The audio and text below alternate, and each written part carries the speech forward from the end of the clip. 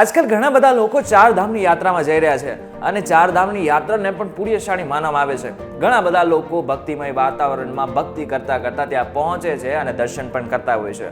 પરંતુ આ બધાની વચ્ચે ચિંતાજનક સમાચાર એ છે કે તૈયારી ન હોવાને કારણે ક્યાંક ને ક્યાંક કેટલાક યાત્રિકો મૃત્યુ પામી રહ્યા છે. હવે જેટલા પણ યાત્રિકો મૃત્યુ પામી રહ્યા છે ને એમાંનો એક રોગ છે કે જે આ લોકોને પ્રસરી રહ્યો છે, આ લોકોમાં પ્રસરી રહ્યો છે. હવે રોગ કયો છે તેની તો માહિતી હું તમને આપી દઈશ, પરંતુ હવે જો આગળના સમયમાં તમારા કોઈ સગા સંબંધીઓ ચાર ધામની યાત્રામાં જવાના હોય અથવા તો ત્યાં પહોંચી ગયા હોય ને તો એમને આ વિડીયો ચોક્કસથી પહોંચાડી દેજો.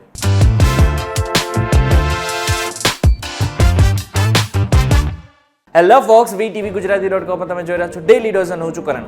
હાલ ચાર ધામની યાત્રા ચાલી રહી છે અને આપણામાંથી ઘણા બધાના આસપાસના લોકો ચાર ધામની યાત્રા માટે ગયા હશે, ખાસ કરીને કેદારનાથ. આજકાલ યુવાનોમાં પણ કેદારનાથ ખૂબ જ ક્રેઝમાં પણ છે. લોકો કેદારનાથ સ્પેશિયલ ફરવા માટે પણ જઈ રહ્યા છે.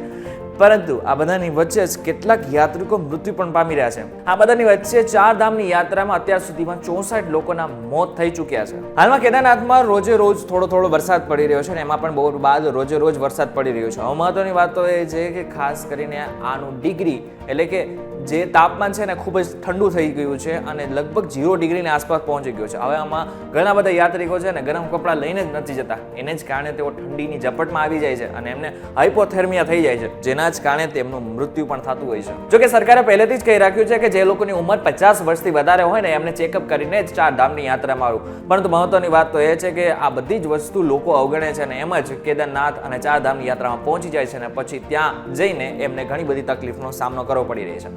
હવે મહત્વની વાત તો એ છે કે ચાર ધામની યાત્રામાં હજારોની સંખ્યામાં નહીં પરંતુ લાખોની સંખ્યામાં લોકો પહોંચે છે. હવે એવા સમય થાય છે શું? એવા સમયે એક વ્યક્તિનું ચેકઅપ કરવું નેક્સ્ટ ટુ ઇમ્પોસિબલ થઈ જાય છે. હવે આને જ કારણે લોકો ત્યાં પહોંચે છે, ઠંડીનો શિકાર બને છે, એમને હાઇપોથેર્મિયા થાય છે અને પછી ત્યાં ને ત્યાં મૃત્યુ પામે છે. આ સાથે જ મહત્વની વાત તો એ છે કે રસ્તામાં કે તીર્થયાત્રામાં પહોંચતા કોઈ યાત્રિકોને કંઈ તકલીફ પડે ને તો એ બધી વસ્તુને અવગણે છે. એમને લાગે છે કે આ તો ખાલી માત્ર હું પર્વત ઉપર ચડ્યો છું ને એટલે મને એવું લાગે છે કે મને કંઈક થઈ રહ્યું છે, પરંતુ આ ચિંતાનો વિષય નથી. પરંતુ આ સમજવું પણ તમારી એક મૂર્ખાઈ છે, કારણ કે આ એક નાની એવી ભૂલ તમારો જીવ પણ લઈ શકે છે. મહત્વની વાત તો એ છે કે લગભગ કેદારનાથમાં અત્યાર સુધીમાં 2008 લોકોને ઓપીડીમાં ભરતી કરાવવા પડ્યા અને મહત્વની વાત એ છે કે આખી ચાર ધામ યાત્રામાં અત્યાર સુધીમાં 64 લોકોના મોત પણ થઈ ચૂક્યા છે.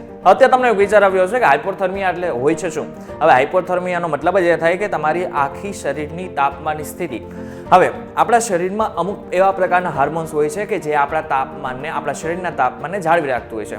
હવે એવી સિચ્યુએશન આવી જાય જ્યાં આ હાર્મોન્સ કામ જ ના કરે, એવી સિચ્યુએશનમાં તમારું શરીરનું તાપમાન ખૂબ જ ઠંડુ પડી જાય છે. એને જ એ સ્થિતિને જ હાઇપોથર્મિયા કહેવામાં આવે છે. જો કે અચાનક તમારા શરીરનું તાપમાન ઘટવા લાગે ને એ જ સ્થિતિને હાઇપોથર્મિયા કહેવામાં આવે છે. હવે આ હાઇપોથર્મિયાના અમુક એવા લક્ષણ છે કે જે તમારે જાણવા જરૂરી છે જેથી તમે આનાથી બચી શકો. હવે લક્ષણ કયા છે? આ લક્ષણોમાં હાઇપોથર્મિયાને કારણે તમારું શરીર ધ્રુજ્યા કરે છે અને અશક્તિ લાગે છે, જેને કારણે થાકી જવાય છે. આ પરિસ્થિતિમાં વ્યક્તિને શ્વાસ લેવામાં તકલીફ થઈ શકે છે, દર્દીને બોલવામાં ઘણી તકલીફ પડી શકે છે. જો હાઇપોથર્મિયાની સમસ્યા હોય તો દર્દીની માનસિક સ્થિતિ પર પણ અસર થાય છે. મોટે ભાગે દર્દીને મતિભ્રમ થવા લાગે છે. આ સાથે હાથ પગ એકદમ બરફ જેવા થઈ જાય છે, જેવા કેટલાક લક્ષણ છે કે એવી સ્થિતિમાં હાર્ટબીટ પણ ઘટવા લાગે છે. હવે જે લોકોની ઉંમર ખૂબ જ નાની છે, જેમ કે બાળકો, હવે જે લોકોને કોઈ પણ જાતની સમસ્યા છે એટલે કે ડાયાબિટીસ છે, હાર્ટની પ્રોબ્લેમ છે, હવે જે લોકો વૃદ્ધ છે એવા લોકોને હાઇપોથર્મિયા થવાના ચાન્સીસ ખૂબ વધારે છે. કારણ કે એમની એવી કોઈ સ્થિતિ જ નથી, એમની એવી કોઈ શરીરની ક્ષમતા જ નથી કે જેઓ આ તાપમાનને મેન્ટેન કરી શકે. ખાસ કરીને જે લોકોને હાર્મોન્સની કોઈ પણ પ્રકારની તકલીફ છે એવા લોકોને પણ આવી યાત્રામાં જતા પહેલા એકવાર ચેકઅપ કરવું જરૂરી છે. તો જે લોકો ચારધામની યાત્રામાં જઈ રહ્યા છે ને એ લોકોને એમ લાગે છે કે મને કાંઈ જ નહીં થાય, પરંતુ એ લોકોને નથી ખબર કે આપણે જ્યાં રહીએ છીએ એનું તાપમાન અલગ છે ને ત્યાંનું તાપમાન અલગ છે. એના જ કારણે તેઓને ક્યાંક હાર્મોનલ ઇસ્યુ આવે છે ને એમનું તાપમાન અચાનક ઘટી જાય છે ને એમને ઘણી બધી સમસ્યાનો સામનો કરવો પડે છે. હવે આવી સિચ્યુએશનથી લડવા માટે કરવાનું છે શું તેની વાત કરી લે. જો સૌથી પહેલા તો તમારી સાથે ગરમ કપડાં રાખો. આની સાથે સાથે ત્યાં વરસાદ પણ છે એટલા માટે છત્રી પણ સાથે રાખો. કોઈ પણ કાળે તમારા શરીરને ભીંજાવા ન દો અથવા તો ઠંડીમાં ન આવવા દો. આ સાથે જ એકવાર જતા પહેલા એટલે કે ચાર ધામની યાત્રામાં જતા પહેલા તમારે ચેકઅપ કરવું હોય તો એ ખાસ સૂચના આપવામાં આવે છે. અને આની સાથે સાથે જે લોકોની ઉંમર 50 વર્ષથી વધારે છે એ લોકોને ત્યાં જવું હોય ને તો સ્પેશિયલી આખું બોડી ચેકઅપ કરાવી લો, જેથી તમને આખા શરીર વિશે ખબર પડી જાય અને તમારે ત્યાં જવું જોઈએ કે ન જવું જોઈએ તેની દરેક માહિતી મળી જશે.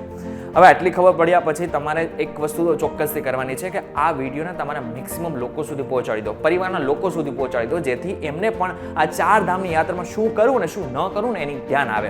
આ વિડીયો તમને કેવો લાગે અમને કોમેન્ટ કરીને ચોક્કસથી કહેજો. વિડીયો થકી જો તમને કોઈ ઇન્ફોર્મેશન મળી હોય ને તો વિડીયોને લાઈક અને શેર જરૂરથી કરજો. તો આવા જ ઇન્ફોર્મેટિવ વિડીયોઝ માટે VTVGujarati.com સાથે જોડાયેલા રહેજો. અને હા, મહત્વની વાત, અમારે એક WhatsApp ચેનલ પણ છે જેમાં અમે તાજેતરના બધા જ અપડેટો દર મિનિટ આપતા રહેતા હોય છે. એટલા માટે જો તમારે અમારી WhatsApp ચેનલ સાથે જોડાવું હોય ને તો એની લિંક પણ ડિસ્ક્રિપ્શનમાં છે, ત્યાં જઈને ચોક્કસથી તમે અમારી WhatsApp ચેનલ સાથે જોડાઈ શકો છો.